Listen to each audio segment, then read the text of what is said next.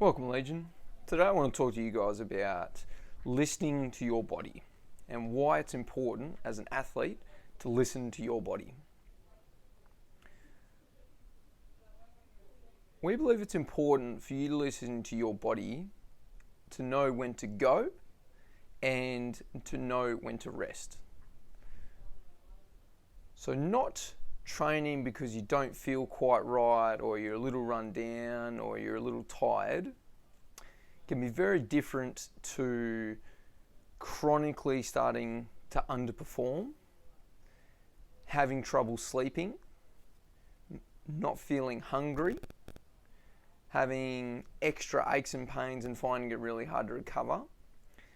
There's definitely a difference between these two, and knowing the difference is really important. For us, it's more about there's going to be periods where training can get a little demanding and you are maybe going to be a little bit more tired than you are normally. But there's also times where you just have to push through this as well, and not pushing through this and taking a rest too frequently can become quite damaging to your training, because the importance of consistency in training is the key to long-term success. On the other hand though, being stoic and avoiding some of these warning signs can lead to something called overtraining. And now you may have heard of this term before, and many different people have different opinions on what is classified as overtraining, and some people put it down saying that it's not existent, and some people maybe harp on it a little bit too often. For us, we believe it probably sits in the middle in regards to that, where overtraining it's a realistic thing, and it's probably more related to under recovering, so being too chronically stressed. And this can also include things external to training. It also can include the rest of life. If life is quite hectic, then that can also influence your ability to recover from your hard training session. Stress is stress, and we respond the same way biologically or physiologically, and that's via cortisol and the adrenal pathway. And little chronic pieces of stress that we get day to day can actually have an impact on the larger stresses that we're trying to create in our training session.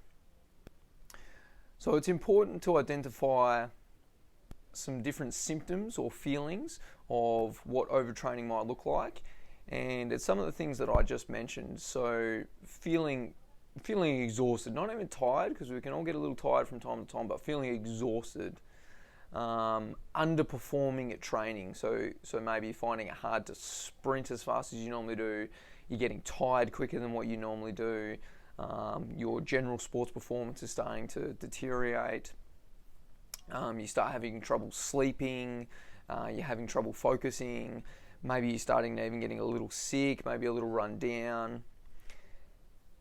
It's important to also identify what this might lead to.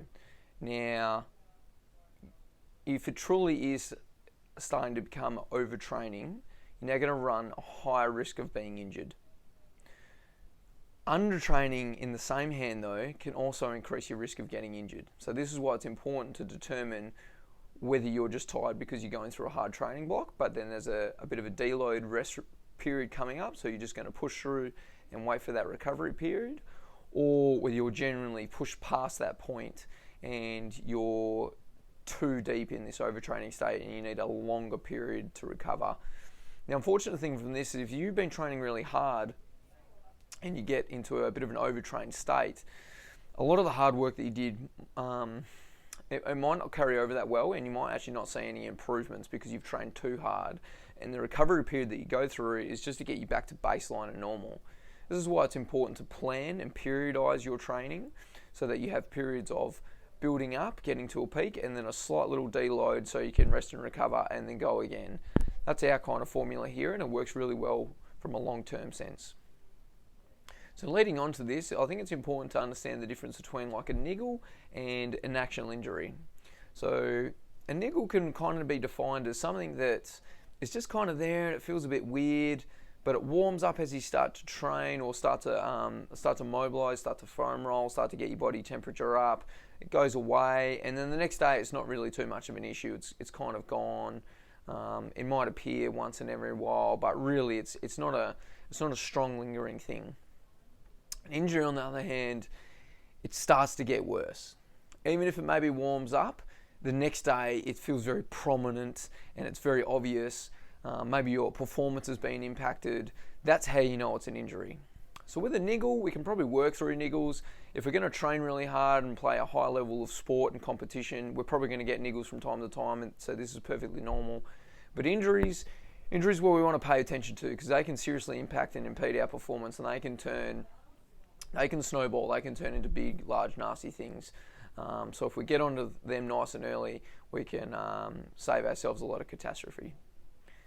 With this, I think you've got to identify the risk versus the reward. So if you feel like you are capable and the risk is actually quite low from doing the activity that you're about to do and the reward is quite high, well then why not? Why wouldn't we do it? Vice versa, if the risk is really high and the reward is very low, then what's the point? I think it comes back to this question that gets asked a lot around sporting clubs, and that's, if it was a grand final, what would we do? So if there's this large reward on hand, this grand final, this ultimate piece of this prize that we're always looking for, what is the risk? What is the risk of letting the team down? What is the risk of you getting more injured? What is the risk? The reward is obviously great if we win, but if you lose because you were impeded and you've let the team down or let yourself down, well then the reward isn't there. So this is what we have to decide sometimes. And it's important to get a team involved. Use your medical staff, your strength and conditioning staff, and your coaches as well. And together you should be able to come up with what is going to be an appropriate avenue for you. Okay guys, so the big takeaway from this one, I think, is just knowing when to go and when to rest. And if you can get this balance, it's going to be really good for your longevity as an athlete. If you get it wrong, we might get caught up into this chronic injury cycle. Unfortunately, it can happen, but that's where pieces of information like this, I'm hoping to help educate everyone and give you a little bit of forewarning about, if you just get onto things nice and early, we can get rid of them really quickly. If you let things linger, sometimes they turn into bigger problems than what they need to be. All right, thanks for that, guys. Cheers.